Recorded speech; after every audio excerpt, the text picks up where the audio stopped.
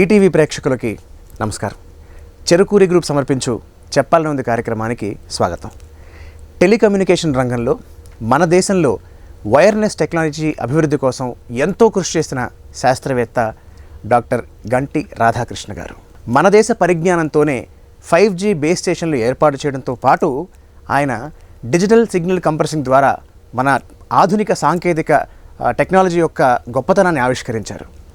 Cell phones technology, digital science, అలాగే 6G పరిజ్ఞానంలో వారు చేసిన కృషి వాస్తవానికి మన దేశానికే గర్వకారణం. ఒక పక్క వారు ఈ వైర్లెస్ కమ్యూనికేషన్పై రీసెర్చ్ చేస్తూనే మరో పక్క చెన్నైలోని ఐఐటి విద్యార్థులకు ఫ్యాకల్టీగా పాఠాలు చెప్తున్నారు. వారే శ్రీ రాధాకృష్ణ గారు. వారు మన చెప్పాలనుంది కార్యక్రమానికి అతిథిగా వచ్చేశారు. నమస్తే సార్. చాలా సంతోషం. నేను మీ గురించి వినంగానే నేను చాలా పెద్ద ఆయన వస్తున్నారేమో అనుకున్నాను. But I have surprise to see ఒక young and dynamic scientist and faculty. చాలా థ్యాంక్స్ అని నన్ను ఈ షోకి పిలిచినందుకు. ఇట్స్ వెరీ గ్రేట్ ఆనర్ నాకు. మా అదృష్టం అండి మీ బోటి వాళ్ళు రావడం. ఎందుకంటే మీరు దేశానికి ఎంతో సేవ చేస్తున్నారు అండ్ మీ బోటి వాళ్ళు చాలా విషయాలు చెప్పాలని మాకు ఉంది కాబట్టి మిమ్మల్ని ఈ కార్యక్రమానికి ఆహ్వానిస్తున్నాం. సో ఫస్ట్ ఆఫ్ ఆల్ ఒక ఫ్యాకల్టీగా ముందు మాట్లాడుతున్నారు సార్. మీరు ఐఐటి చెన్నైలో ఫ్యాకల్టీగా టీచ్ చేస్తున్నారు. మీరు ఏ సబ్జెక్ట్ టీచ్ చేస్తున్నారు అండ్ ఎప్పటి నుంచి టీచ్ చేస్తున్నారు? ఐఐటీలో 2011లో జాయిన్ అయ్యాను సార్. 2011 నుంచి అక్కడ టీచ్ చేస్తున్నాను. సో నేను కమ్యూనికేషన్ సబ్జెక్టులు అని నేను చెప్తాను. Digital signal processing, wireless communication, 5G, even programming కూడా చెప్తాను. నేను అండర్ గ్రాడ్యుయేట్లకి అందరికీ నేను కోర్సులు చెప్తానండి. సో మీరు ఐఐటి మెడ్రాస్లో చదువుకుని మళ్ళీ అక్కడే ఫ్యాకల్టీగా వెళ్ళారు. నేను జాయిన్ అయినప్పుడు నాకు చదువు చెప్పిన చాలామంది ఫ్యాకల్టీ ఇంకా ఉన్నారు అక్కడ. సో వాళ్ళు ఇప్పుడు నా కొలీగ్స్ అయ్యారు. సో వాళ్ళు they take very good care of me అండి. ఓకే, సో అదొక వేరే హోమ్లా ఉంటుంది నాకు. సార్, మన దేశ ఒక సమగ్ర అభివృద్ధికి మనకి టెక్నాలజీ అనేది ఎంత పాత్ర పోషిస్తుంది అండ్ అలాగే టెలికమ్యూనికేషన్స్ పరంగా మనం ప్రస్తుతం ఏ స్థాయిలో ఉన్నామని చెప్పుకోవచ్చు? ఎకనామిక్ అభివృద్ధి, కల్చరల్ అభివృద్ధి అంత ఇంపార్టెంట్, టెక్నాలజికల్ అభివృద్ధి అంత ఇంపార్టెంట్. ఇప్పుడు మనం వేరే దేశాలు మనం చూసినప్పుడు మనకి ఎంత రెస్పెక్ట్ ఇస్తా అనేది మన టెక్నాలజీ మీద కూడా డిపెండ్ అవుతుంది. మనం వేరే దేశాలతో మనం ఎలా నెగోషియేట్ చేస్తాము, మన దేశంలో ఎంత టెక్నాలజీ డెవలప్ అయింది అనేది చాలా క్రిటికల్. అదే కాక మనం రోజు సెల్ ఫోన్లు వాడతాము, కంప్యూటర్లు వాడతాము, వీటన్నిటికీ టెక్నాలజీ డెవలప్ అవ్వాలి. అది దేశంలో డెవలప్ అయితే ఏంటంటే ఉపయోగం, దీనివల్ల మన లోకల్ ఇండస్ట్రీ పెరుగుతుంది. ఓకే, మనకి ఆ టెక్నాలజీ డెవలప్ చేయడం వల్ల మనం సొంతగా డెవలప్ చేసి మనకు అది సెక్యూర్ ఉందని ఒక కాన్ఫిడెన్స్ ఉంటుంది. ఓకే, ఇది ఆర్థిక అభివృద్ధికును హెల్ప్ చేస్తుంది అన్నమాట. ఇండిజినియస్ టెక్నాలజీ డెవలప్మెంట్ అనేది వెరీ క్రిటికల్ పార్ట్, అది చాలా ఇంపార్టెంట్ అండి. అండ్ టెలికమ్యూనికేషన్స్ పరంగా మనం ప్రస్తుతం ఏ స్థాయిలో ఉన్నాం, వాటికి సంబంధించిన పరిశోధనలు ఎలాంటివి జరుగుతున్నాయి మనకి? ఇప్పుడు ప్రస్తుతానికి అందరికీ తెలిసినట్టు 5G టెక్నాలజీ డిప్లాయ్ అయింది. మన దేశం అంతా 5G టెక్నాలజీ డిప్లాయ్ అయింది. సెల్యులర్ టెక్నాలజీ అంటే రెండు భాగాలు ఉన్నాయండి. ఒకటి ఏంటంటే టవర్స్, నెట్వర్క్ అనేది టవర్స్, దాని టవర్స్, సర్వర్లు, రౌటర్లు అన్నీ. ఓకే, అది మనకి ఎయిర్టెల్, జియో ఇవన్నీ అందిస్తున్నాయి. ఇంకోటి సెల్ ఫోన్స్. సో ఈ రెండింటిని డివైడ్ చేసి ఆలోచిస్తే ఇప్పటికీ మనం సెల్ ఫోన్లు అనేవి మనం చాలా ఇంపోర్ట్ చేస్తున్నాం. ఇప్పుడు దేశంలో తయారు చేస్తున్నారు, కానీ డిజైన్లు అన్నీ ఇంకా బయట నుంచే జరుగుతున్నాయి అన్నమాట. మన గోల్ ఏంటంటే ఉండాలంటే మనం ఈ సెల్ ఫోన్లో కొని మనం సొంతగా డిజైన్ చేయాలి, అందులో చిప్స్ డిజైన్ చేయాలి, చేసి ఇవన్నీ ఇండియాలో మ్యానుఫ్యాక్చర్ అయితే అప్పుడు we're at a level of other bigger countries మాట. నెట్వర్క్ పరంగా బాగా మనం వీఆర్ డూయింగ్ వెరీ గుడ్. మనం బాగా చేస్తున్నామండి. ఓకే, ఎందుకంటే ఇప్పుడు 4G డిప్లాయ్మెంట్ చూసారనుకోండి, BSNLది అదంతా ఇండిజినియస్ టెక్నాలజీతో డెవలప్ అయిందన్నమాట. సో మన దేశంలో తయారైంది, మన దేశంలో డెవలప్ తయారు చేయడం అంతా మన దేశంలో. ఎక్విప్మెంట్ కానీ సాఫ్ట్వేర్ కానీ అంతా మన దేశంలో తయారైంది. అది దాని చాలా గొప్పతనం. అది బిగ్ స్టెప్ టువర్డ్స్ ఆత్మనిర్భరత. ఇన్ షార్ట్ చెప్పాలంటే నెట్వర్క్ పరంగా మనం డీసెంట్ స్టేట్లో ఉన్నాం. ఇంకా సెల్ ఫోన్ అనేది వీఆర్ ఇన్ ఆ పాత్లో మనం పెరుగుతున్నాం, కానీ ఇంకా మనకి చాలా దూరం ఉంది అక్కడికి వెళ్ళడానికి. అసలు ఈ జీలు ఏమిటి? ఈ 3G, మన 2Gతో మొదలయ్యాం, ఈ 2G, 3G, 4G, 5G ఏమిటి? అండ్ ఈ జీలు పెరుగుతున్న కొద్దీ మన వాడుక స్పీడ్ పెరుగుతున్న వరకు కామన్ మ్యాన్కి బాగానే తెలుసు. బట్ కానీ ఇంకా ఇన్డెప్త్గా అసలు అదేమిటి, దానివల్ల ఉండే ఉపయోగాలు ఏంటి, ఇప్పుడు 6G కూడా రావాల్సిన ఆవశ్యకత ఏమిటి? సో 2G అనేది ఫస్ట్ ఫోన్ మనకి సెల్ ఫోన్ కింద తెలిసింది 2G అనేది ప్రపంచవ్యాప్తంగా డిప్లాయ్ అయిన పెద్ద టెక్నాలజీ సార్. ఇప్పటికీ 2G deployments are the biggest deployments in the world. Okay. So 2G మనకి ఏం చేసింది, 2G వల్ల అందరికీ ఫోన్లు అనేది, సెల్ ఫోన్లు అనేది ఒక అవగాహన వచ్చింది. అందరి దగ్గర 2G ఫోన్లు వచ్చాయి. ఐ మీన్ ఇప్పుడు అవి చాలా చీప్, కాస్ట్ తక్కువ, సో అందరూ వాడతారు. కానీ 2G ఫోన్తో మనం ఏం చేయగలుగుతాం, ఓన్లీ మాట్లాడగలుగుతాం, ఇన్కమింగ్ అవుట్ గోయింగ్. ఆ తర్వాత 3G వచ్చింది. 3Gలో 2Gకి తేడా ఏంటంటే 3Gలో డిజిటల్ డేటా కొంచెం ఇంట్రడ్యూస్ చేశారు, ఎక్కువ మాట్లాడడానికే, కానీ కొంచెం డిజిటల్ డేటా ఇంట్రడ్యూస్, అక్కడే ఎస్ఎంఎస్లో అవన్నీ ఇంట్రడ్యూస్ అయ్యామని. 2Gలో తర్వాత అది వెనక్కి చేశారు, కానీ 3Gలో మెయిన్గా ఇంట్రడ్యూస్ అయ్యింది. 4G అనేది పెద్ద రెవల్యూషన్. 4G రెవల్యూషన్ ఎప్పుడైందంటే ఐఫోన్ స్టార్ట్ అయినప్పుడు అయింది. ఐఫోన్ 3Gలో మీద కొన్ని పనిచేసేది, కానీ ఏంటంటే పీపుల్కి ఏమర్థమైందంటే అది ఆ డేటా సరిపోయేది కాదు, స్పీడ్ ఉండేది కాదు, ఏమి ఎక్కువ చేయలేకపోయేవారు. సో అది మైండ్లో పెట్టుకొని 4Gని డెవలప్ చేశారన్నమాట. 4G మెయిన్గా డేటా కోసం అన్నమాట. ఓకే. డేటా పంపించడం, డేటా రిసీవ్ చేసుకోవడం, బ్రౌజ్ చేయడం, వీడియోలు చూడడం, దీనికోసం. ఓకే. సో అది చాలా, I mean it's a big hit, అది పెద్ద హిట్ అయింది. అందరూ 4G వాడుతున్నాం మన దేశంలో. I mean almost every one అందరూ 4G మీద ఉన్నాం ప్రస్తుతానికి. ఇప్పుడు 5Gకి 4Gకి తేడా ఏంటంటే 5G ఆఫ్ కోర్స్ స్పీడ్ బాగా పెరిగింది 4G కన్నా, 10 రెట్లు పెరిగిన స్పీడ్. దానికి చాలా వర్టికల్స్ని సపోర్ట్ చేయడానికి తయారు చేశారన్నమాట. అంటే ఎగ్జాంపుల్ ఉదాహరణ చెప్తాను నేను. ఇప్పుడు ఇండస్ట్రీ ఉంది. ఇండస్ట్రీలో ఎక్విప్మెంట్ ఉంది. ఆ ఎక్విప్మెంట్ ఎలా కంట్రోల్ చేయాలి? ఒకటి ఏంటంటే వైర్లు వేసి దాని ఎక్విప్మెంట్ కంట్రోల్ చేయొచ్చు. కానీ ఈ వైర్లు వేయడం వల్ల ఏంటవుతుందంటే ఆ వైర్లు వేయడానికి దారి కావాలి, అవి కట్ అయిపోతే తెలియదు. సో ఇలా రకరకాల ప్రాబ్లమ్స్ ఉంటాయి. సో ఈ వైర్లన్నీ తీసేసి ఆ ఎక్విప్మెంట్ని 5Gతో కంట్రోల్ చేయగలుగుతాం అనే క్వశ్చన్ వచ్చింది. ఓకే. సో దానికి ఏం చేస్తారంటే టెక్నాలజీ డెవలప్ చేశారు 5Gలో. సో ఇది ఏం చేస్తుంది, దీనివల్ల ఈ 5G టెక్నాలజీ డిలే తక్కువ ఉంటుంది, రిలయబిలిటీ, అంటే మనం ఒక ప్యాకెట్ పంపిస్తే ఆ ప్యాకెట్ అక్కడికి వెళ్తుంది, చాలా కాన్ఫిడెన్స్తో చెప్పచ్చు 5Gలో. అది 4Gలో చెప్పలేకపోయేవారు. ఓకే. సో ఈ రిలయబిలిటీ, ఈ ల్యాగ్ తగ్గడం వల్ల ఇండస్ట్రియల్ కంట్రోల్ చాలా పెరిగింది సార్. సో అదొక వర్టికల్. అది కూడా వైర్లెస్ అవ్వడం ఇది ఒక వర్టికల్ సార్. ఇంకొక vertical internet of things. Okay. So ఇప్పుడు మనకు అన్నిటినీ మానిటర్ చేయాలనుకుంటాం, ఫ్రిడ్జ్ల దగ్గర నుంచి, బిల్డింగ్ల దగ్గర, ఏసీ టెంపరేచర్ కంట్రోల్ దగ్గర నుంచి, కార్ల దగ్గర నుంచి, ఇవన్నీ మానిటర్ చేయడానికి మనకి వైర్లెస్ కమ్యూనికేషన్స్ కావాలి. సో ఇవి ఏంటంటే ఎక్కువ డేటా రేట్ ఉండవు, కానీ చాలా డివైజెస్ ఉంటాయి. ఓకే. ఒక ఇంట్లో ఒకవేళ నిజంగా IoT డివైస్ ఎనేబుల్ చేస్తే ఒక్కొక్క ఇంట్లోనే 100 డివైసుల దాకా ఉండొచ్చు. సో ఇవన్నీ చిన్న డేటాని ఎక్కువ డివైస్ ఎలా కనెక్ట్ అవుతాయి నెట్వర్క్, అదొక వర్టికల్ సార్. ఓకే. సో ఇలాంటి చాలా ఇంప్రూవ్మెంట్స్ 5Gలో జరిగాయి 4G కన్నా. ఓకే. సో 5G అనేది ఒక మల్టిపుల్ వర్టికల్స్కి ఒక పునాదిలాగా అయిందన్నమాట. 6G అనేది ది నెక్స్ట్ క్రేజ్ డెవలప్మెంట్. ఇప్పుడు గేమింగ్ ఆడేవాళ్ళు ఉన్నారు అనుకోండి, XR అనే గేమింగ్ ఉంది. ఇప్పుడు VR XR అంటే మనం గాగల్స్ పెట్టుకొని ఆడుతూ ఉంటాం, లైవ్లో గేమ్ ఆడుతాం. దానికి మనకి ఏం కావాలి, మన ఇక్కడ నుంచి సిగ్నల్స్ అన్నీ చాలా వీడియో సిగ్నల్స్ బోర్డు అన్నీ వస్తున్నాయి, మన 3D ఇమేజెస్ చూడాలనుకుంటాం. అంటే డేటా త్రూపుట్, డేటా రేట్ ఇంకా పెరగాలి. ఓకే. ఇంకోటి ఏంటి, మనం ఇక్కడ మన జాయ్స్టిక్ మూవ్ చేసారు కానీ అక్కడ మూవ్ అవ్వాలి. సో మనకి ల్యాగ్ ఉండకూడదు, డిలే ఉండకూడదు, లేటెన్సీ ఉండకూడదు. సో ఇవన్నీ ఇంకాపరేట్ చేస్తూ 6G వస్తున్నది. Okay. So 6G is going to be much more, అంటే 5Gని తీసుకొని దాన్ని స్టెరాయిడ్స్ మీద పెట్టినట్టు మాట. అబ్బో. ఓకే. సో అది 6G.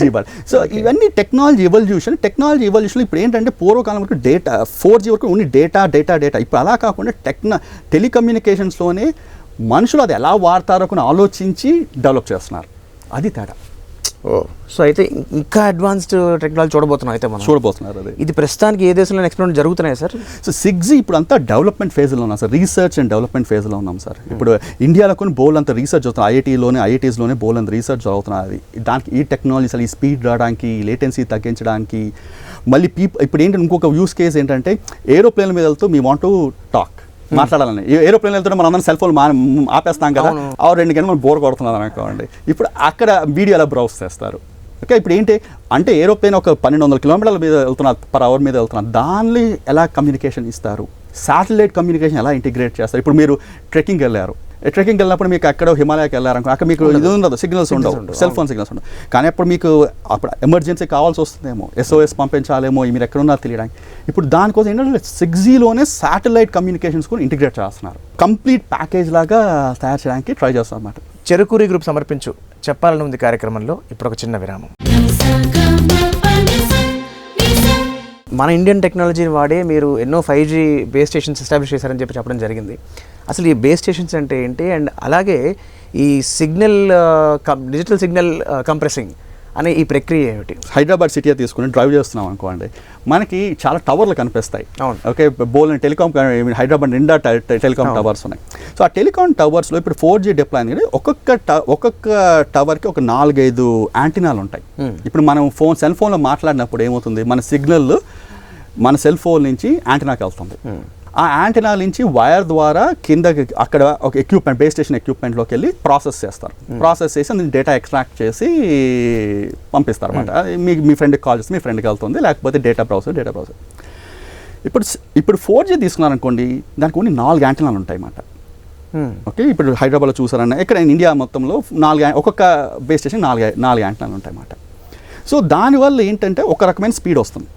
5Gలో ఏంటంటే ఈ 4 యాంటనాలు కాస్త 32 యాంటనాలు అయ్యాయి. 8 టైమ్స్ పెరిగింది. 8 టైమ్స్ పెరిగింది.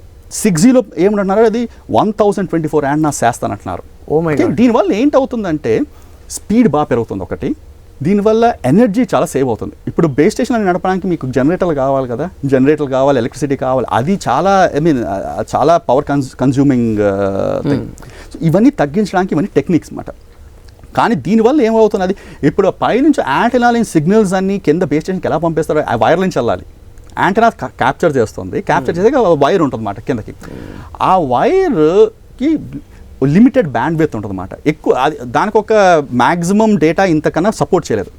ఇప్పుడు మీరు ఏమో యాంటెనాలు అలా పెంచేస్తున్న ఆ డేటా అంతా దాన్ని పట్టాలి కదా. అవును. సో అది పట్టడానికి కంప్రెషన్ కావాలి.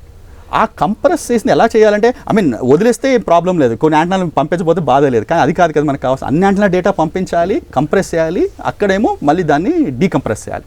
సో దీని మీద మేము చాలా వర్క్ చేసి ఏం చేసామంటే మేము 50 రెట్లు కంప్రెస్ అయ్యేటట్టు తయారు చేసాం అన్నమాట. అంటే ఇప్పుడు మనకి అందరికీ అర్థం కావాలంటే, మా ఫైల్ సైజ్ ఎక్కువ ఉందంటే మనం జిప్ చేసి ఫోల్డర్లో ట్రాన్స్ఫర్ చేసి మళ్ళీ అన్జిప్ చేసుకుంటాం. ఎగ్జాక్ట్లీ అలాగే సార్. కానీ మేము సిగ్నల్స్తో చేస్తున్నాం, వైర్లెస్ సిగ్నల్స్తో చేస్తున్నాం అన్నమాట. మీరు చెప్పింది ఫైల్స్ చెప్పారు, మేమేమో వైర్లెస్ సిగ్నల్స్తో చేస్తున్నాం 580లో. అది సో మనకు చాలా టెక్నికల్గా వెళ్ళాం కాబట్టి ఇప్పుడు కొంచెం పర్సనల్లో వద్దాం సార్. Sure sir. సో అసలు మీ స్వస్థలం ఎక్కడ, మీ విద్యాభ్యాసం ఎక్కడ జరిగింది, అండ్ మీ చిన్నతనం అండ్ మీ కుటుంబ సభ్యుల గురించి? నేను వైజాగ్లో పుట్టాను సార్. ఒరిజినల్గా మా ఫ్యామిలీ అంతా వైజాగ్ లేదు సార్. ఓకే, తర్వాత కానీ మా ఫాదర్ విజయవాడ మూవ్ అయిపోయారు. మా ఇద్దరు parents mother and father are doctors sir. So I have a brother, అతను డాక్టరే. మా ఫ్యామిలీ అంతా డాక్టర్స్. మధ్యలో మీరు ఎలా తప్పించుకున్నారు సార్? వీళ్ళందరూ ఇప్పుడు ప్రస్తుతానికి విజయవాడలో ఉంటున్నారు. నేనేమో చెన్నైలో ఐఐటీలో పనిచేస్తున్నాను. I have a kid, 1 kid. Is in 8th class. Okay, so ఇది మా small family. My father is a general physician, my mother is a gynaecologist. Okay, my father retire అయినప్పుడు he retired as a principal of Siddhartha medical college. Now of course ఇప్పుడు కూడా ఆయన work చేస్తున్నాడు పిన్నమనేనిలో, head of department of medicine. Okay, so మీకు teaching నాన్నగారి దగ్గర నుంచి అబ్బింది అయితే? వాళ్ళే ఇన్స్పిరేషన్ సార్ నాకు. ఓకే, ఒక విధంగా నేను ఇండియాకి రావడానికి కారణం కూడా వాళ్ళే. చిన్నప్పుడంతా వాళ్ళతో ఆ కాన్వర్జేషన్లో ఎప్పుడు ఈ గవర్నమెంట్ హాస్పిటల్ని ఎలా ఇంప్రూవ్ చేయాలి, దీన్ని ఎలా చేయాలి, అలా చేయాలి. సో అవన్నీ వింటూ పెరిగిన వాళ్ళం. మా father and mother are big motivation for me to ఇక్కడ నేను ఇండియాకి వెనక్కి రావడానికి ఒక పెద్ద కారణం సార్. అండ్ మీ చైల్డ్హుడ్ ఎడ్యుకేషన్, మీ విద్యాభ్యాసంతో ఎక్కడ జరిగింది? అండ్ అలాగే సరే, ఇంతమంది డాక్టర్ల మధ్యలో ఉన్న మీరు ఖచ్చితంగా డాక్టర్ అవ్వాలని అనుకుంటారు మొదట్లో, అలా ప్రయత్నం కూడా చేశారు, ఒకసారి అడుగు కూడా వేశారు, బట్ మళ్ళీ మళ్ళారు మీరు ఇటువైపు. సో మన సైన్స్లోంచి మ్యాథ్స్లోకి ఎందుకు మారారు మీరు? నాకు చిన్నప్పటి నుంచి న్యూరో సర్జన్ అవ్వాలని ఒక కోరిక ఉండేది. వెరీ స్పెసిఫిక్గా న్యూరో సర్జన్ అవ్వాలని. యాక్చువల్గా 10th తర్వాత చైతన్యాన్ని జాయిన్ అయ్యాను, మెడికల్ బైపీసీ గ్రూప్ జాయిన్ అయ్యాను. వారం వెళ్ళే అనుకున్నాను. వారం వెళ్ళి ఎందుకో అది కుదరలేదు, అది వదిలేసి తర్వాత నేను హైదరాబాద్కి వచ్చి లిటిల్ ఫ్లవర్ జూనియర్ కాలేజ్లో చదివాను. సో నేను యాక్చువల్ హైదరాబాద్కి వచ్చి లిటిల్ ఫ్లవర్ జూనియర్ కాలేజ్, అప్పుడు నాకు ఇంకా ఐఐటీ అనేది కూడా తెలియదు. ఓకే, సో దానికోసమే నేను వచ్చి అప్పుడు మ్యాథ్స్లో మారాను అనమాట. మీరు న్యూరో సర్జన్ అవ్వాలని ఎందుకు అనుకున్నారు? దగ్గర ప్రత్యేక కారణం ఉందా? చాలా మంది డాక్టర్స్తో పెరిగాను సార్. మా ఫాదర్ ఫ్రెండ్స్ అందరూ డాక్టర్స్. అక్కడ రంగారావు గారు ఉండేవారు, ఆయన న్యూరో సర్జన్ అనమాట. ఆయన ఇన్స్పిరేషన్. సో ఆయన ఒక ఇన్స్పిరేషన్ అనమాట. ఆయన చూసి బ్రెయిన్ అనేది చాలా complicated entity sir. Always fascinate, ఇప్పటికీ నాకు ఫ్యాసినేషన్, కానీ అప్పుడు ఇంకా ఫ్యాసినేషన్ ఉండేది. సో అందుకని న్యూరో సర్జన్ అవ్వాలని. అంటే ఎందుకు అడిగానంటే, న్యూరో సర్జన్లో కూడా కొంచెం సిగ్నల్ సంబంధించిన మ్యాటర్ కదా కూడా, అందుకే దానికి దీనికి లింక్ ఏమైనా ఉందేమో అని అడిగారు. ఓకే, అప్పుడు అంత ఆలోచించలేదు సార్. ఓకే, సో అయితే షిఫ్ట్ అయ్యాను సార్. షిఫ్ట్ అయ్యి ఇక్కడ లిటిల్ ఫ్లవర్ జూనియర్ కాలేజ్ చదివాను. ఇక్కడ సెకండ్ ఇయర్లో కృష్ణమూర్తి కోచింగ్ సెంటర్, ఇప్పుడు అది లేదు, ఇప్పుడు లేదు, అప్పుడు ఉండేది రామయ్య కృష్ణమూర్తిలో జాయిన్ అయ్యాను సెకండ్ ఇయర్. అది దానిలో నేను దెన్ ఐఐటీకి వెళ్ళాను సార్. ఐఐటీలో నేను మెకానికల్ ఇంజనీరింగ్ జాయిన్ అయ్యాను ఫస్ట్. ఓకే, మెకానికల్ బ్రాంచ్లో జాయిన్ అయ్యి ఫస్ట్ సెమిస్టర్ తర్వాత పర్ఫార్మెన్స్ బట్టి నన్ను ఎలక్ట్రికల్లోకి మార్చారు. బ్రాంచ్ చేంజ్ ఎలా చేసేవారు ఆ టైంలో. ఓకే, బీటెక్ మారాను. ఆ తర్వాత 4 years అయిపోయాక మళ్ళీ అక్కడే నేను ఎంటెక్ చేశాను. యాక్చువల్గా డ్యూయల్ డిగ్రీ అని ఎంటెక్ 5 years కోర్స్ చేసి BTech and MTech in electrical engineering wireless కమ్యూనికేషన్లో చేశాను. తర్వాత నేను యూఎస్కి వెళ్ళాను సార్. యూనివర్సిటీ ఆఫ్ నాటర్డేమ్ అని షికాగో దగ్గర ఒక యూనివర్సిటీ. అక్కడ నేను PhD in electrical engineering and masters in applied mathematics చేశాను. ఆల్మోస్ట్ క్లోజ్ టు 5 years పట్టింది ఇది అవ్వడానికి. అరౌండ్ 2009 టైంలో యూనివర్సిటీ ఆఫ్ టెక్సస్ ఆస్టిన్లో పోస్ట్ డాక్టర్ ఫెలోషిప్ చేశాను. అక్కడ 2 years ఉండి తర్వాత ఐఐటీస్కి అప్లై చేశాను. రకరకాల చాలా ఐఐటీస్కి ఐఏఎస్సీకి అన్ని అప్లై చేసి ఫైనల్గా ఐఐటీ మెడ్రాస్ని చూస్ చేశారు. అది ఇన్నేళ్ల పాటు చదివారు కదా మీరు, అంటే సంపాదించాలని ఒక చిన్న, అంటే జనరల్గా అందరికి ఉండేది అడుగుతున్నాను. ఎస్, సో సంపాదించాలని ఒక ఆ భయం, సంపాదించాలని లేదా ఇంకా చదవాలా అని మీకు ఎప్పుడు అనిపించి బ్రేక్ తీసుకోవాలనిపించలేదా? సార్ దీనికి 2 points. ఒకటేంటి, నాకు ఆల్వేస్ రీసెర్చ్ చేయాలని కోరుకుంటుంది. ఓకే, రీసెర్చ్ చేయాలి, టీచింగ్ చేయాలని కోరుకుంటుంది. నేను ఈవెన్ జాబ్కి వెళ్ళినా ఏమనుకోవాలంటే ఒక రీసెర్చ్ ఇన్స్టిట్యూట్లో జాయిన్ అవ్వాలి అని ఒక థాట్ ఉండేది. ఓకే, అది పర్స్యూ చేయాలంటే ఐఐటీస్లో ఫ్యాకల్టీ అవ్వడం ఇస్ ఎ గ్రేట్ ఆపర్చునిటీ, చాలా పెద్ద మంచి ఆపర్చునిటీ. సో అది ఒకటి చేయండి సార్. అది కాక ఒకటేంటంటే పేరెంట్స్ ఫ్యామిలీ అంతా వెల్ సెటిల్, అంత ఫైనాన్షియల్ స్ట్రెస్కు ఉండేది కాదు. ఓకే, సో నాకు ఆ ఫ్రీడమ్ ఉండేది సార్. దట్స్ అది చాలా ఇంపార్టెంట్. అండ్ మై వైఫ్ శాంభవికును చాలా ప్రోత్సహించింది. మీకు పెళ్ళి అయ్యాక చదువుకుంటున్నారా మీరు? నేను 3rd year ఆఫ్ పిహెచ్లో పెళ్ళి అయింది సార్ నాకు. Love marriage, arranged proper arranged marriage sir. Definitely మెచ్చుకోవాలి. సో తాను చాలా ప్రోత్సహించింది. అండ్ అదే ఆపర్చునిటీ రావడంతో బ్యాక్ వచ్చాం సార్. ఆవిడ గురించి మాట్లాడుకున్నాం కాబట్టి, ఆవిడ పేరేమిటి, ఆవిడ ఏం చేస్తుంటారు? సార్ శాంభవి లక్ష్మీ చిలుకూరి వాళ్ళ full name.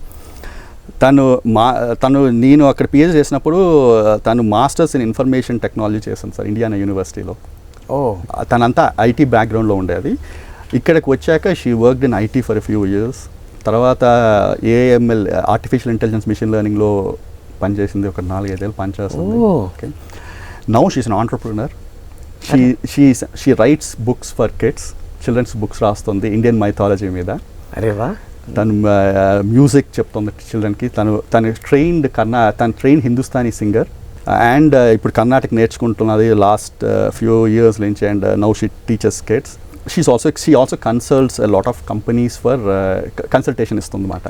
She's very dynamic, very dynamic sir. అంటే అకాడమిక్ గా ఒక రకంగా స్ట్రాంగ్ గా ఉన్నారు, ఇంకో పక్కన పిల్లలకి మైథాలజీ మీద పుస్తకాలు, ఇంకో పక్కన సంగీతం, ఇంకో పక్కన consultant. Wonderful, very nice. And sir, మీరు మీ చిన్నతనంలో మీకు ఆకాశవాణి వచ్చే సైన్స్ ప్రోగ్రామ్స్ చాలా ఇంట్రెస్ట్ అని చెప్పి విన్నాం. అండ్ మీరు రీసెర్చ్ వైపు ఎక్కువ వెళ్ళడానికి కూడా అది ఏమన్నా కారణం అయిందా, ప్రేరణ అయిందా? నా చిన్నప్పుడు నాకు చాలా మంచి టీచర్స్ ఉండేవారు. ఓకే, నేను ప్రతి సమ్మర్లోనూ మా పెద్దత్త వైజాగ్లో ఉండేవారు. ఆవిడ హెడ్ మిస్ట్రెస్ కింద రిటైర్ అయ్యారన్నమాట. ప్రతి సమ్మర్ అక్కడికి వెళ్ళేవాడు అనమాట. ఆవిడ నాకు లెక్కలు చెప్పారు. సో నాకు లెక్కల మీద బాగా ఇంట్రెస్ట్ రావడం కాను ఒక ప్రముఖంగా ఆవిడ ఒక చాలా ఇన్ఫ్లుయెన్స్ మాట నాకు. సో అలాగే విజయవాడలో ఒక మా మాస్టర్ గారు ఉండేవారు అన్నమాట. ఆయన నన్ను సైన్స్ ఎక్స్పెరిమెంట్స్ చేయించేవారు. ఆకాశవాణిలో నేను 2-3 టాక్స్ కొని ఇచ్చాను ఆ టైంలో. అప్పుడు చాలా అది పెద్ద ఎంకరేజ్మెంట్ లా ఉండేది అన్నమాట. నేను చదివిన స్కూల్లో కొను టీచర్స్ చాలా పెద్ద రోల్ ప్లే చేశారు నాకు సైన్స్ మ్యాథ్స్ మీద ఇంట్రెస్ట్ రావడానికి. ఐ మీన్ ఒక విధంగా చెప్పాను, వాళ్ళు లేకపోతే మటుకు నేను సైన్స్ మ్యాథ్స్ మీద ఇంట్రెస్ట్ వచ్చి ఇన్నేళ్ళు దాని మీద గడిపేవాడిని కాదు అసలు. సార్, అమెరికాలోని టెక్సాస్ యూనివర్సిటీలో మీరు పోస్ట్ డాక్టరల్ చేశారు. సో అక్కడ మీ రీసెర్చ్ టాపిక్ ఏంటి, అండ్ అక్కడ ఆ రీసెర్చ్ చేసే క్రమంలో మీకు ఎలాంటి సపోర్ట్ అందేది? ఇప్పుడు రీసెర్చ్ టాపిక్ కొంచెం ఎక్స్ప్లెయిన్ చేస్తాను సార్. ఇప్పుడు చెప్పాను కదా, మీ మల్టిపుల్ టవర్స్ ఉంటాయి, రకరకాల టవర్లు ఉన్నాయి. మేము హైదరాబాద్లో వెళ్తున్నప్పుడు అందరూ వైర్లెస్ సిగ్నల్ పంపిస్తున్నారు. ఓకే, సో వైర్లెస్ సిగ్నల్స్ వైర్లాగా కాదు కదా, 2 సిగ్నల్స్ వెళ్తుంటే 2 ఒకదానొకటిని ఢీ కొట్టుకుంటాయి. కొట్టుకుంటే ఏంటవుతుంది, సిగ్నల్ క్యాన్సిల్ అయిపోవచ్చు. దీన్ని ఇంటర్ఫియరెన్స్ అంటారు అన్నమాట. ఓకే, సో ఇంటర్ఫిరెన్స్ వస్తే ఏంటవుతుందంటే అక్కడ మీకు సిగ్నల్ రాదు. ఓకే. ఓకే, సో ఇలాంటి పెద్ద నెట్వర్క్ ఉంది, పెద్ద చాలా బేస్ స్టేషన్లు ఇలాంటి టవర్లు ఉంటే ఈ ఇంటర్ఫిరెన్స్ అనేది ఎలా ఉంటుంది, దాని క్యారెక్టర్స్ ఏంటి, దాన్ని అసలు ఎలా తగ్గించగలుగుతాం, దీని మీద నా రీసెర్చ్ సార్. అప్పుడు వైర్లెస్ 5G వీటిల మీదే, సెల్యులర్ మీదే, కానీ ఈ స్పెసిఫిక్ టాపిక్ మీద నేను రీసెర్చ్ చేశాను. నా పిహెచ్డి అప్పటికూను ఇలాంటి దాని మీద వర్క్ చేశాను. అక్కడ నా అడ్వైజర్ మార్టిన్ హెంగే అని ఒక అడ్వైజర్, మై అడ్వైజర్ మార్టిన్ హెంగే. అతను he's from Switzerland. It's a perfectionist మాట. సో ఏం చేసినా చాలా డీప్గా చేయాలి. ఒక పేపర్ రాయడానికి ఒక 20 ఐటరేషన్స్ పట్టేవన్నమాట మాకు. అన్నిసార్లు అలా కరెక్ట్ చేస్తూనే ఉండేవారు, నాకు ఇస్తూనే ఉండారు, కరెక్ట్ చేస్తూనే ఉండారు, ఇస్తూనే ఉండారు. అంటే ఒక పర్ఫెక్షన్ అనేది నాకు నేర్పించినది ఆయనే. He is a big stalwart in his, ఆ ఏరియాలో పెద్ద చాలా ఇంపార్టెంట్ ఆయన. ఆ తర్వాత నేను ఆస్టిన్కి వెళ్ళాను. అక్కడ జెఫ్ ఆండ్రూస్ అని కలిసి, ఆయన ఇండస్ట్రీతో చాలా రిలేషన్స్ ఉన్నదన్నమాట. ఆయన నాకు నేర్పించింది ఏంటంటే ఇండస్ట్రీ వాళ్ళతో ఎలా కలవాలి, వాళ్ళ థింకింగ్ రీసెర్చ్ ప్రాబ్లమ్స్ ఎలా తెలుసుకోవాలి, వాళ్ళతో మనం చేసిన ఐడియాస్ వాళ్ళకి ఎలా ఇవ్వాలి. సో అది ఆయన నాకు చాలా నేర్పించారన్నమాట. సో మేము ఆయనతో రాసిన పేపర్లు ఇప్పటికీ చాలా హెవీగా సైటెడ్ పేపర్స్ మరి. ఒక్కొక్కటి ఒక 6,000 సైటేషన్లు, 4,000 సైటేషన్లు ఉన్న పేపర్లు అన్నమాట అవి. నా కెరీర్లో చాలా, ఇద్దరు చాలా బాగా థియరిటికల్, ఇంకో బాగా ప్రాక్టికల్. రెండు రకాలు చూశాను. అది చూడడంతో నాకు కొంచెం అది నాకు నేను ఐఐటీకి వచ్చాక నాకు చాలా హెల్ప్ చేసాయి అవన్నీ.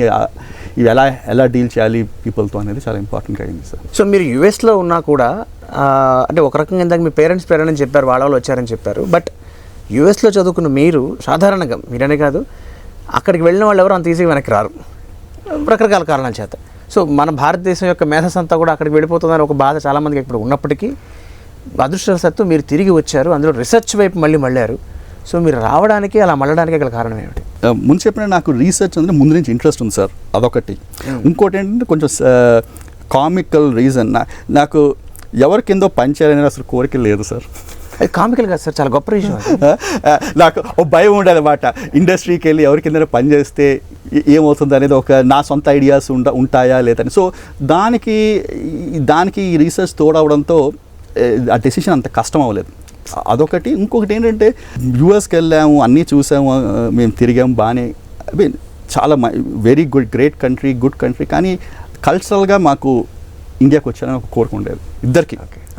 ఓకే, సో అది కొంచెం చాలా ఇంపార్టెంట్ రోల్ ప్లే చేస్తుంది సార్. ఐ మీన్ కల్చర్ అనేది మనకి ఫైనల్గా ఇక్కడ రావాలి, పేరెంట్స్తో ఉండాలి అనేది, ఈ కారణాలు అన్నిటి వల్ల వెనక్కి వచ్చాం.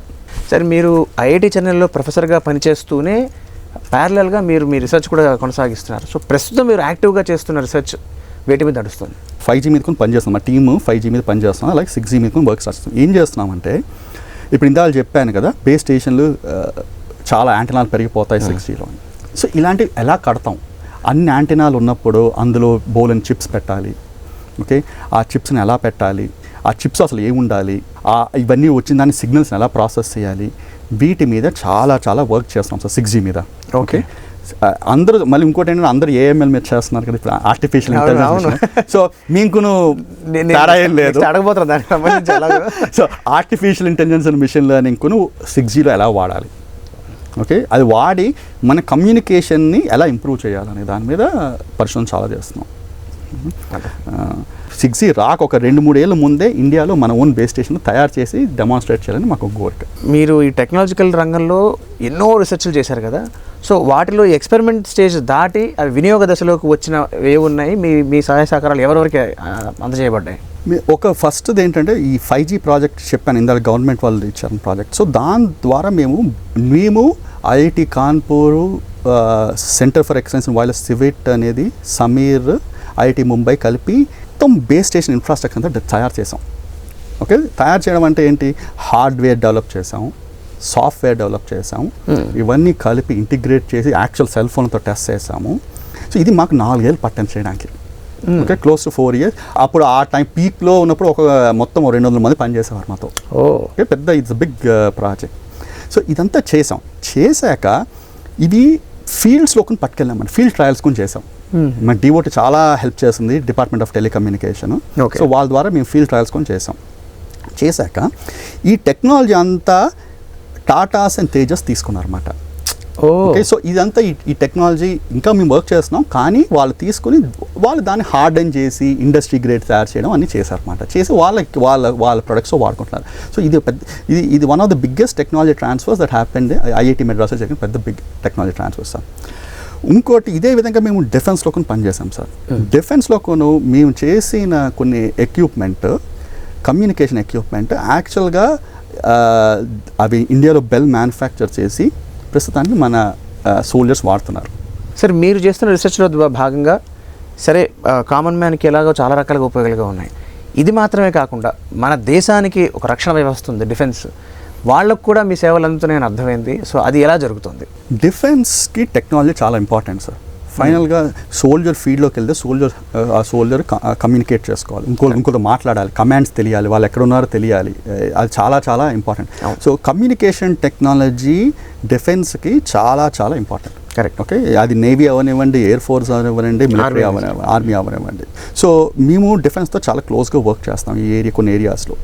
ఓకే, సో వాళ్ళకి ఇప్పుడు 6-7 ఏళ్ళ కిందటి వరకు మనం చాలా ఇంపోర్ట్ చేసుకునే వాళ్ళం కమ్యూనికేషన్ ఎక్విప్మెంట్. ఓకే, సో ఇప్పుడు ఏంటంటే ఐడియా ఏంటంటే ఈ ఎక్విప్మెంట్ మన ఇండియాలోనే ఎలా తయారు చేయాలి, దాన్ని ఎలా డిజైన్ ఎలా చేయాలి, ఎలా తయారు చేయాలి అనే దాని మీద మేము చాలా మా టీం అంతా వర్క్ చేస్తున్నాం సార్ డిఫెన్స్తో. ఓకే, ఒక మెయిన్ ఒక కంట్రిబ్యూషన్ చెప్తాను.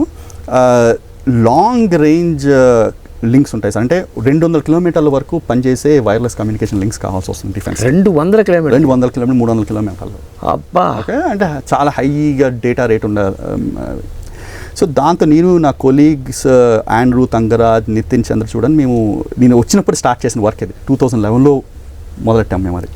ఓకే, సో మేము వీళ్ళందరూ డిఫెన్స్ వాళ్ళతో డిఆర్డి వాళ్ళతో వర్క్ చేసి ఒక కంప్లీట్ మోడెం తయారు చేయగలిగాం. మోడెం అంటే ట్రాన్స్మిటర్, రిసీవర్, పంపించేది రిసీవ్ చేసి అది ఫీల్డ్ ట్రయల్స్ అన్నీ అయ్యి ఆర్మీలోకి ఇండక్ట్ అయిపోయింది. Everyone are using it. This just one of the other example. ఇదే నేనే కాక చాలామంది ఐఐటీస్లో చాలామంది ఫ్యాకల్టీ డిఫెన్స్తో వర్క్ చేస్తారు. చాలామంది తెలియదు మన డిఫెన్స్ ఇండస్ట్రీతో చాలా పని చేస్తారు సార్. పని చేసి we build stuff for defence. Sir, wireless technology సంబంధించి మీరు చేసిన కృషి, రీసెర్చ్ని గుర్తించి కేంద్ర ప్రభుత్వం మీకు శాంతి స్వరూప్ భట్నాగర్ పురస్కారాన్ని అందించింది. అది చాలా గ్రేట్ అచీవ్మెంట్. సో దీనికి సంబంధించి యువ శాస్త్రవేత్తలకి మీరు ఏం చెప్పదలుచుకుంటారు? ఫస్ట్ అసలు నేను department of telecommunications, ministry of information technology, mighty, ఇవన్నీ మా ఫండింగ్ ఏజెన్సీస్. ఓకే, మళ్ళీ నా స్టూడెంట్స్, నా కొలీగ్స్, వీళ్ళందరికీ అసలు చాలా చాలా థ్యాంక్ యూ చెప్పాలి. వాళ్ళ సపోర్ట్ లేకుండా ఇది నాకు ఫస్ట్ వచ్చేది కాదు. ఇది చెప్పాక అసలు నాకు ఇది వస్తుందని నేను అంత అనుకోలేదు సార్. ఇది ఎందుకంటే జనరల్గా శాంతి స్వరూప్ భట్నాగర్ అవార్డు ఎక్కువ థియరీ పనిచేసే వాళ్ళకి ఇస్తారు. నేనేమో నేను ఒరిజినల్గా నేను థియరిటికల్ వర్క్ చేసేవాడిని ఆస్టిన్ అంతా. కానీ లాస్ట్ ఒక 6-7 ఇయర్స్ నుంచి మోర్ ప్రాక్టికల్ వర్క్ చేస్తున్నాను. ఇవన్నీ తయారు చేయడం, బిల్డ్ చేయడము, మళ్ళీ స్టాండర్డ్స్కి వెళ్ళడం, ఇలాంటివి చేస్తున్నాను. ఎక్కువ దాని మీద ఫోకస్ ఉంది. వాళ్ళు ఇది నాకు ఇవ్వడం నాకు పెద్ద సర్ప్రైజ్గా, ఇట్ వాస్ అదేంటంటే షాక్ లాగా అనిపించింది మాట. ఫస్ట్ నేను ఆ రోజు రాత్రి నాకు ఈమెయిల్ వచ్చింది మాట, you got selected for Shanti Swarup Bhatnagar award అని. కొంచెం నేను అది నమ్మలేదు, నేను నా అవార్డు నాకు వచ్చిందని అన్నారా రాలేదన్నారా అని. So it was interesting thing. So ఏంటంటే దీనివల్ల వాట్ గవర్నమెంట్ ఏం గుర్తిస్తున్నదంటే మనం బిల్డ్ కొంచెం చేయాలని, ఓన్లీ పేపర్లు రాయడమే కాదు, థియరీకే కాదు, దాన్ని ప్రాక్టికల్గా ఎక్విప్మెంట్ బిల్డ్ చేయాలి. సో దీనికి అది రికగ్నిషన్ కింద నేను భావిస్తాను సార్. ఐ హోప్ దట్ ఇది చూసి younger people will be more, వాళ్ళ ఇన్స్పిరేషన్ వచ్చి మనకి మోర్ ప్రొడక్ట్స్ బిల్డ్ చేస్తారు ఇండియాలో అని నాకు ఒక కోరిక. Nice nice. ఇంకోటి ఏం చెప్పాలనుకుంటున్నానంటే రిస్క్ తీసుకోవాలి సార్. మేము చేసిన ఈ పెద్ద పెద్ద ప్రాజెక్ట్స్ అన్నీ హైలీ రిస్కీ. ఈ బేస్ స్టేషన్ కట్టడం, ఇప్పుడు బేస్ స్టేషన్ తయారు చేయడం అనేది ప్రపంచంలో 3 కంపెనీలు చేకూరుతాయి. Nokia, Ericsson, Huawei. ఓకే, అది వాళ్ళు బిలియన్స్ ఆఫ్ డాలర్స్ పెడతారు. చిన్న చిన్న టీమ్స్ కదా, ఒక 2,000 మంది పిహెచ్డీలతోనూ 3,000 మంది పిహెచ్డీలతో తయారు చేస్తున్నాం. మేము యాక్చువల్గా ఈ ప్రాజెక్ట్ మేము ఎన్విజన్ చేసినప్పుడు చాలామంది అసలు నమ్మలేదు మేము చేయగలుగుతామని. ఓకే, ఇప్పటికీ చాలా ఫారెన్ వాళ్ళు నమ్మరు మేము చేసామనేది. ఓకే, 4 ఏళ్ళు ఇంకా అందరం చాలా టీమ్ మెంబర్స్ అందరూ అన్నీ పక్కన పెట్టి రిస్క్ చేసాం ఇది. ఓకే, అండ్ దీనికి గవర్నమెంట్కు డిఓటీకును చాలా ఏ టైంలోనూ వెనక్కి అడగలేదు. They are also encouraging pushing saying that చేద్దామని. సో అయింది ఇది. ఒక లెవెల్ సీనియారిటీ వచ్చాక we have to think big, we have to dream big, దాని మీద వర్క్ చేయాలి. I think that is what I encourage కొత్తగా జాయిన్ అయిన ఫ్యాకల్టీ అని start thinking big and put effort to achieve it. Sir, మనం ప్రపంచవ్యాప్తంగా చూసుకుంటే 5G వినియోగం ఏ దేశాల్లో అధికంగా ఉంది అండ్ ఆ దేశాల్లోనూ ఏ రంగాలకి ఎక్కువగా ఉపకరిస్తుంది అండ్ మన దేశంలో 5G వినియోగం ఏ స్థాయిలో ఉంది? సార్ 5G 2020లో స్టార్ట్ చేశారు సార్, అన్ని దేశాల్లో డిప్లాయ్ చేయడం. 2021లో స్టార్ట్ చేశారు సార్ అప్రాక్సిమేట్గా. సో ఆల్మోస్ట్ అన్ని developed countries, European countries, America, South Korea, Japan, China ఇవన్నిట్లోనూ 5G ఫుల్గా డిప్లాయ్ అయిపోయింది సార్. అందరూ వాడుతున్నారు, అన్నిటికీ చాలా యూస్ కేసెస్ వాడుతున్నారు. అప్పుడు మెయిన్గా అందరూ డేటా కోసం వాడుతున్నారు. అలా కాకుండా ఇండస్ట్రీస్లో బాగా వాడుతున్నారు సార్. ఇప్పుడు ఇండస్ట్రీస్లో ప్రైవేట్ 5G నెట్వర్క్స్ అని కొన్ని వేరే దేశాల్లో వాడుతున్నారు. ప్రైవేట్ 5G నెట్వర్క్స్ అని వాడుతున్నారు. ప్రైవేట్ 5G అంటే ఏంటి సార్? ఎట్లాగా ప్రైవేట్ 5G అంటే ఏంటంటే సార్, ఒక పెద్ద ఆర్గనైజేషన్ ఉంది, ఒక సంస్థ ఉందనుకోండి, మీకు ఒక 50 బిల్డింగ్స్, ఒక పెద్ద కాలేజ్ ఫర్ ఎగ్జాంపుల్, కాలేజ్ లేకపోతే ఒక ఫ్యాక్టరీ తీసుకున్నాను అనుకోండి, వాళ్ళే ఆ 5G డిప్లాయ్ చేసుకోగలుగుతారు అన్నమాట. అంటే వాళ్ళకి ఒక బేస్ స్టేషన్ పెట్టి వాళ్ళకే ఆ నెట్వర్క్ అంతా ఆ ఆర్గనైజేషన్ లోపలే ఉంటుందన్నమాట. ఆ డేటా బయటికి రాదు. ఓకే, సో ఫర్ ఇండస్ట్రీ ఉందనుకోండి, ఇండస్ట్రీలో మ్యానుఫ్యాక్చరింగ్ చేస్తారు కదా, సో వాళ్ళకి అవన్నీ కనెక్టివిటీ కావాలి, అన్నీ కనెక్ట్ అయ్యి ఉండాలి, కంప్యూటర్లు అన్నీ కనెక్ట్ అయ్యి ఉండాలి, మిషన్లు కనెక్ట్ అయ్యి ఉండాలి. సో అది బయట నెట్వర్క్ వాడడం కన్నా, ఎయిర్టెల్ కానీ జియో కానీ బయట సర్వీస్ ప్రొవైడర్స్ వాడడం కన్నా వాళ్ళే 5G క్రియేట్ చేసుకుంటే అది సెక్యూరిటీ పెరుగుతుంది, వాళ్ళకి అది కావాల్సినట్టు దాన్ని వాళ్ళు మార్చుకోవచ్చు. మన ఇంట్లో వైఫై రౌటర్ పెట్టుకున్నాడు. వైఫై రౌటర్ లేదు సార్, వైఫై రౌటర్ లాగే కానీ 5G. That is called private 5G sir. అది వేరే దేశాల్లో బాగా, ఐ మీన్ ఇండస్ట్రియల్ కంట్రీస్లో అయింది, వాడుతున్నారు సార్.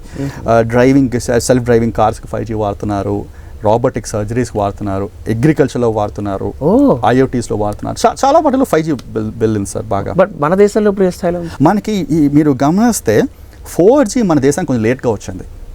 4G ఒక ఆల్మోస్ట్ 5-6 ఏళ్ళు డిలే వచ్చింది సార్. కానీ 5G మటుకు కరోనా వల్ల ఒక ఏడాది లేట్ అయింది, కానీ మన 5G డిప్లాయ్మెంట్స్ అదే టైంలో స్టార్ట్ అయ్యాయి ఆల్మోస్ట్. ఓకే, చాలా ప్లాన్ చేశారు, DOT వాళ్ళు, గవర్నమెంట్ వాళ్ళు చాలా ప్లాన్ చేసి ఈసారి 5G కరెక్ట్ టైంలో డిప్లాయ్ చేశారు సార్. ఇప్పుడు మనకి ప్రస్తుతానికి ఎయిర్టెల్, జియో, వోడాఫోన్ అన్ని 5G మనకి ఇస్తున్నారు. అందరూ చాలా డేటా వాడుతున్నారు సార్ 5G అక్రాస్. ఇప్పటికి ఏంటంటే మేజర్ సిటీస్ అని, పెద్ద సిటీస్, Tier 2 సిటీస్ అన్నిట్లో డిప్లాయ్ అయింది. ఓకే, ఇంకా రూరల్ ఏరియాస్లో ఇంకా కొంచెం డిప్లాయ్మెంట్ జరుగుతున్నది, ఇంకా ఫుల్గా అవ్వలేదు. ఇంకొక ఏడాది అలా టైంలో అంతా ఐ థింక్ మొత్తం పాన్ ఇండియా అంతా 5Gకి డిప్లాయ్మెంట్ జరుగుతుంది సార్. ఓకే, సో ఇక్కడ కొను ఆ మిగతా దేశంలో వాడినట్టు అన్ని చోట్ల వాడుతున్నారు, వేరే యూస్ కేసెస్ అన్ని కొన్ని జరుగుతున్నాయి. మనకి ఇంకా ఇండియాలో ప్రైవేట్ 5G నెట్వర్క్స్ రాలేదు. అది పాలసీ ఇష్యూ. సో అది గవర్నమెంట్ ఆలోచిస్తున్నది ఏం చేయాలనేది. సో బట్ అది రాలేదు, కానీ మిగతా యూస్ కేసెస్ ఆఫ్ 5G అన్ని మన ఇండియాలో కొంచెం చేస్తున్నారు సార్. సార్, మనం ఇప్పటిదాకా 5G గురించి మాట్లాడుకున్నాం. సో ఇంకొక అడుగు ముందుకేసి 6Gలోకి అడుగు పెడితే, 6Gలో కూడా మీరు ఇందాకన్నట్టుగా పరిశోధనలు చేస్తున్నారు. ప్రస్తుతానికి అవి ఏ దశలో ఉన్నాయి, వాటి నుంచి మన ఫలితాలు ఎప్పటికి ఆశించవచ్చు? 6Gలో ఇందాక చెప్పినట్టు చాలా రీసెర్చ్ జరుగుతుంది సార్. అన్ని IITsలోను చాలా రీసెర్చ్ ఇన్స్టిట్యూట్లో వర్క్ జరుగుతున్నది. IIT మెడ్రాస్లో కొను మేము 6G మీద ఆల్రెడీ ఒక డెమాన్స్ట్రేషన్ కొని ఇచ్చాము రీసెంట్గా. ఇండియా మొబైల్ కాంగ్రెస్ అని ఢిల్లీలో అక్టోబర్లో జరుగుతుంది. ఓకే, ఈ లాస్ట్ 2024 ఇండియా మొబైల్ కాంగ్రెస్లో ఒక టెరాహర్ట్జ్ కమ్యూనికేషన్ చూపించాం. టెరాహర్ట్జ్ కమ్యూనికేషన్. ఓకే, సో టెరాహర్ట్జ్ అంటే ఇప్పుడు 5G ఉందనుకోండి, 5G ఏమో 3.5 GHz ట్రాన్స్మిషన్ జరుగుతుందన్నమాట. ఓకే, ఈ 6Gలో ఒక బ్యాండ్ అనుకుంటున్న బ్యాండ్ అనేది 270 GHz. ఓకే, చాలా హై ఫ్రీక్వెన్సీ, చాలా పెరిగిపోయింది. ఏంటంటే రీజన్, అంత హై ఫ్రీక్వెన్సీకి వెళ్తే చాలా డేటా రేట్ ఎక్కువ రాగలదు. మేము ఏం చూపించామంటే 6 Gbps డేటా రేట్ చూపించాం. మొన్న IMCలో లైవ్ డెమాన్స్ట్రేషన్ చూపించాం సార్. వేరే దేశాల వాళ్ళు వచ్చి చూసి నమ్మలేపారు, అది మనం చేసామని, కరెక్టా కాదా అని దాని మీద వెళ్ళి చెయ్యడ్డం పెట్టి చేయి తీసి డెమాన్స్ట్రేట్ చేసాం సార్. అలాగే చాలా ఇన్స్టిట్యూట్ నుంచి ఆర్టిఫిషియల్ ఇంటెలిజెన్స్ వాడి 5G యొక్క రిసీవర్స్ అని ఇంప్రూవ్ చేసి 6Gకి చేయడానికి చాలా వర్క్ జరుగుతున్నది. IIT హైదరాబాద్లో ఇంటర్నెట్ ఆఫ్ థింగ్స్ వీటి మీద కొన్ని చాలా ఎక్స్టెన్సివ్ వర్క్ జరుగుతున్నారు సార్. ఓవరాల్గా దేశం అంతా DOT ఏం చేసిందంటే, డిపార్ట్మెంట్ ఆఫ్ టెలికామ్ 6G మీద స్పెషల్ ప్రోగ్రామ్ స్టార్ట్ చేస్తుంది, TTDF అని, అంటే టెలికామ్ టెక్నాలజీ డెవలప్మెంట్ ఫండ్ అని. ఓకే, అది వాడి ఇండియాలో ఉన్న రీసెర్చర్స్ అందరికీ ప్రపోజల్స్ రాస్తే ఫండింగ్ చాలా సేకూరుస్తున్నది. సో 6G మీద చాలా యాక్టివ్. ఏంటంటే గోల్ ఏంటంటే దేశం గవర్నమెంట్ గోలు 6Gలో మనం we should be leader in 6G technology అని. అంటే మనమే ఎక్విప్మెంట్ తయారు చేసుకోవాలి, మనమే ఎక్విప్మెంట్ అలాగే కాకుండా స్టాండర్డ్స్ అనుకుని ఇన్ఫ్లుయెన్స్ చేయాలని. గ్లోబల్ స్టాండర్డ్ కదా 5G అనేది గ్లోబల్ స్టాండర్డ్, 6G కూడా గ్లోబల్ స్టాండర్డ్. సో ఆ స్టాండర్డ్లో కూడా మనం కంట్రిబ్యూట్ చేయగలిగేటట్టు ఉండాలని. సో అది దాని మీద మొత్తం చాలా concrete effort across the India is happening. మనం ఇప్పుడు ప్రస్తుతం ప్రపంచం కేసు చూస్తే ఏఐ అనే ఒక పదం ఒకటి, అలాగే క్వాంటమ్ కంప్యూటింగ్ అనేది చాలా ప్రయుతంగా వినిపిస్తున్నాయి, చాలా అద్భుతంగా గ్రో అవుతున్నాయి కూడా. సో ఇలాంటి తరుణంలో ఈ మన టెలికమ్యూనికేషన్ రంగానికి వీటి తాలూకు ఈ పరిశోధనలకి ఇవి ఎలా ఉపయోగపడతాయి? సార్ ఏఐ అనేది ఇప్పుడు అందరూ వాడుతున్నారు. ఐ మీన్ ఫోన్లోకి వచ్చేసాయి. ఇంకా ఇది మన జీవితంలో ఒక పార్ట్ అయిపోయింది అన్నమాట. సో ఇప్పుడు ఒక 5G నెట్వర్క్ లాంటిది అయినా 6G నెట్వర్క్ అని తీసుకుంటే రెండు ఇష్యూస్ ఉన్నాయి సార్. ఒకటి, మీరు ఏఐ యాప్స్ వాడుతున్నప్పుడు లేకపోతే ఏఐ వర్క్ చేస్తున్నప్పుడు 6G నెట్వర్క్ మీకు ఎలా హెల్ప్ చేస్తుంది? ఓకే, అదొకటి ఒక క్వశ్చన్. ఇంకో క్వశ్చన్ ఏంటంటే ఏఐ వాడి 6Gని ఎలా ఇంప్రూవ్ చేయాలి? కరెక్ట్. రెండు డిఫరెంట్ క్వశ్చన్స్. సో రెండిట్లో లాట్ ఆఫ్ వర్క్ జరుగుతున్నారు సార్. ఒకటి ఏంటంటే మీరు ఒక ఏఐ యాప్ వాడారనుకోండి, మీకు దాని ఏఐలో మోడల్స్ అని ఉంటాయి. ఓకే, ఇప్పుడు LLM model, large language model అలాంటి మోడల్స్ ఉంటాయి.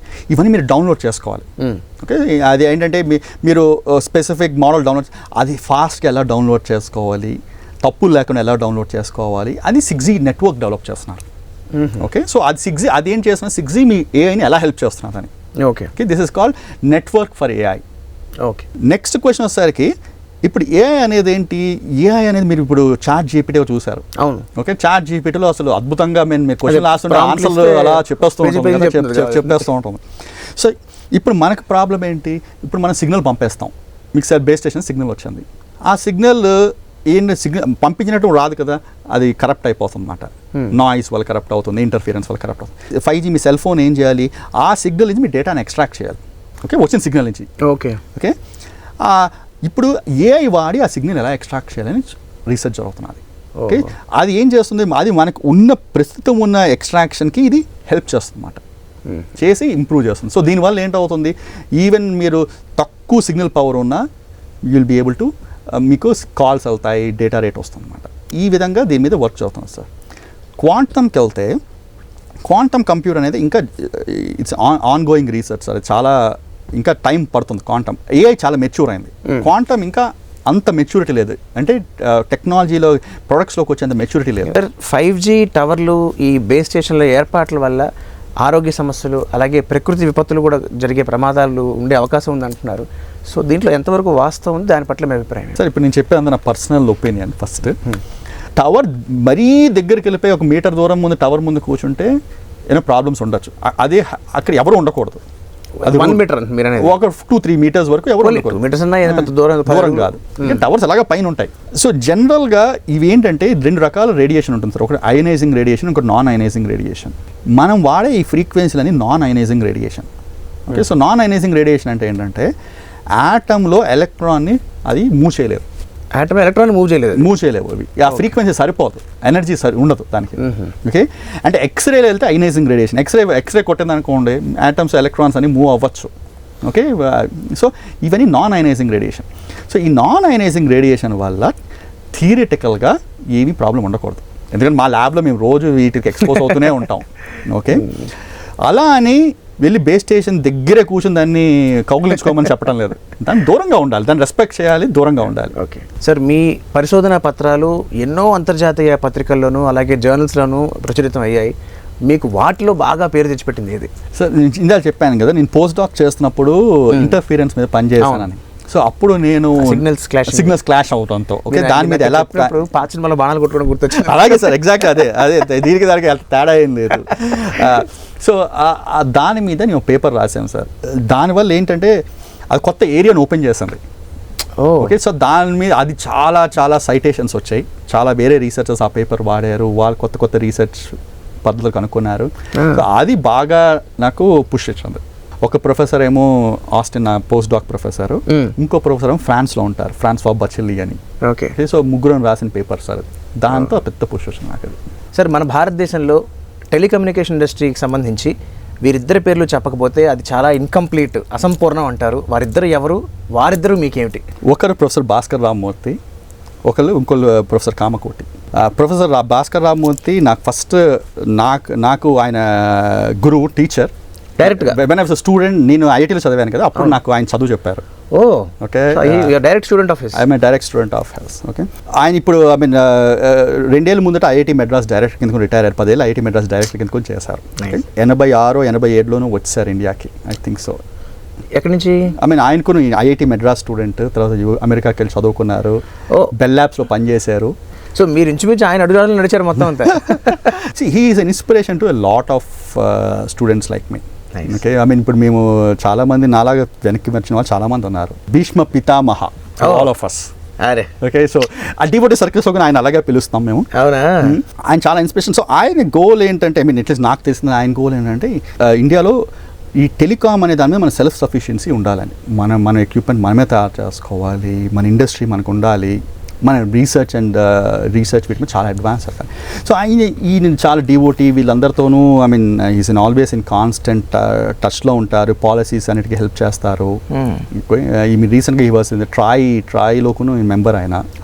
ప్రొఫెసర్ కామకోటి నేను స్టూడెంట్ కింద ఉన్నప్పుడు ఆయన జాయిన్ అయ్యారు. ఓకే, ఐ మీన్ నేను స్టూడెంట్ కింద ఉన్నప్పుడు 2001 ఆ టైంలో జాయిన్ అయ్యారు ఆయన. ఆయన చిప్స్ మీద పనిచేస్తారు ఎక్కువ. ఓకే, ఆయన చిప్స్ మీద పనిచేసి, సో ఆయనకును చాలా కష్టపడి ఇండియాలో శక్తి ప్రాసెసర్ అని మీరు విన్నారో లేదో నాకు తెలియదు. Okay, so indigenous development of processor ఆయన దానిలో పనిచేశారు. ఆయన మన సెక్యూరిటీ కౌన్సిల్లో మెంబర్. వీళ్ళిద్దరూ ఈ ఇండిజినియస్ ఎఫర్ట్స్లో చాలా ఇన్స్ట్రుమెంట్ అనమాట. ఎగ్జాంపుల్ బిఎస్ఎన్ఎల్ లాంటిది తీసుకున్నారనుకోండి, గవర్నమెంట్ ఇండియన్ ఎక్విప్మెంట్ వాడాలి, ఇండియన్ టెక్నాలజీ వాడాలి అని చెప్తున్నారు. బిఎస్ఎన్ఎల్ పర్స్పెక్టివ్ కానీ చూస్తే వాళ్ళు భయం వేస్తుంది కదా, ఎందుకు కొత్త టెక్నాలజీ, ఇది వాడితే పని చేస్తుందా, పని చేయలేదా అనేది. సో దీనికి ఏం కావాలంటే ఒక ఎష్యూరెన్స్ లాగా కావాలి. ఆ ఎష్యూరెన్సెస్ వీళ్ళిద్దరు సైంటిస్ట్గా లేదా ఒక ప్రొఫెసర్గా ఈ రెండు బాధ్యతలు చాలా అద్భుతంగా నిర్వర్తిస్తూ ఒక సక్సెస్ఫుల్ ప్రయాణం కొనసాగిస్తున్నారు. ఏదైనప్పటికీ వీటన్నిటికన్నా కూడా ముఖ్యమైన ఒక పాత్ర, ఒక భర్త పాత్ర. అది మీరు బాగా చేయాలి అంటే మీరు ఈ రెండు చేయాలి అంటే మీ భార్య పాత్రలో ఉన్నవాడిని బాగా సపోర్ట్ చేసి ఉండాలి. సో ఆవిడ తాలూకు తోడ్పాటు, సపోర్టు మీ ఈ ప్రయాణంలో ఎలా ఉండింది? అలాగే మీ పిల్లాడి గురించి. మా వైఫ్ పేరు శాంభవి. తన సపోర్ట్ లేకపోతే ఈ జర్నీ అసలు అయ్యేదే కాదు సార్. ఎందుకంటే నేను మీకు చెప్పాను కదా, నేను ఐటీయూ వీటన్నిటికీ చాలా ట్రావెల్ చేసేవాడిని. ఆ టైంలో she took the burden of running the house, supporting me. Okay, తన హెల్ప్ లేకపోతే ఈ అవార్డే కాదు, అసలు ఇంత వర్క్ అయ్యేది కాదు. నాకు ఈ జర్నీ చేస్తున్నప్పుడే Ishwar was born to us. 2012లో బార్న్ ఈశ్వర్ ప్రకాష్ వాడి పేరు. ఓకే, ఇద్దరు తాతగారి పేరు కలిపి పెట్టాం. ఓకే, మా నాన్నగారి పేరు గంటి ఈశ్వర్. ఓకే, ఆయన సూర్యప్రకాష్ శాస్త్రి గారు. సో ఇద్దరు ఈశ్వర్ ప్రకాష్ అని కలిపి పెట్టాం. బాగుంది. సో వాడు ఇప్పుడు 8th క్లాస్కి వస్తున్నాడు. సో తనకి అంటే యాజ్ సచ్ అంటే ఈ పాటికి ఒక గోల్ అంటూ ఫామ్ అయింది పిల్లాడికి. తను ఏ రంగంలో వెళ్దాం అనుకుంటున్నాడు? వాడికి సైన్స్ అంటే చాలా ఇష్టం సార్. ప్రతి 6 నెలలకి ఆఫ్కోర్స్ సబ్జెక్ట్ మారుతూ ఉంటుంది చిన్నపిల్లాడు కాబట్టి. ఏడాది అంతా కెమిస్ట్రీ అని తగ్గపడ్డాడు. ఇప్పుడు ప్రస్తుతానికి కంప్యూటర్ల మీద పడ్డాడు. ఓకే, సైన్స్ నుంచి కంప్యూటర్స్ కింద వచ్చాడు. బాగా చదువుతున్నాడు. I mean hoping that heal enjoy his journey. మా అత్తయ్య గారు మావయ్య గారు నాకు చాలా హెల్ప్ చేశారు సార్. ఒక రీసెర్చ్, ఒక టీచింగే కాదు కదా, నేను ఈ స్టాండర్డైజేషన్ యాక్టివిటీస్ వీటన్నిటికీ వెళ్ళడము, ట్రావెల్. అప్పుడు వాళ్ళు యాక్చువల్గా మాతోనే, ఐ మీన్ వీడు పుట్టాక మాతోనే ఉండేవారు. సో వాళ్ళు help, normals amount of help. ఇప్పటికీ తాతగారు అబ్బాయిని విడదీయలేం. ఇప్పటికే వాడు చదువంతా మా మావయ్య గారే చెప్తారు. హీ స్ట్రిక్టర్ దాన్ మీ. చాలా చాలా సంతోషం సార్, మీరు మీ అమూల్యమైన సమయాన్ని మాకు కేటాయించి మీ జీవిత ప్రస్థానాన్ని మాకు వివరించారు. ఖచ్చితంగా మీ లైఫ్ అంబిషన్ అయిన మన దేశంలోనే మన తయారీలు జరగాలి, టెలికమ్యూనికేషన్ సంబంధించిన ఇండస్ట్రీస్ రావాలి అని మనం గర్వంగా మన దేశంలో తయారు చేసుకున్నట్టుగా మన ప్రొడక్ట్స్ చెప్పుకోవాలి అన్న మీ కోరిక తీరాలి అని మనస్ఫూర్తిగా కోరుకుంటూ మరొక్కసారి మా కార్యక్రమానికి విచ్చేసినందుకు మా ప్రేక్షకులందరి తరఫున మీకు ధన్యవాదాలు. Thank you sir. ఈ కార్యక్రమాన్ని ఈటీవీ విన్ మొబైల్ యాప్లో కూడా వీక్షించండి.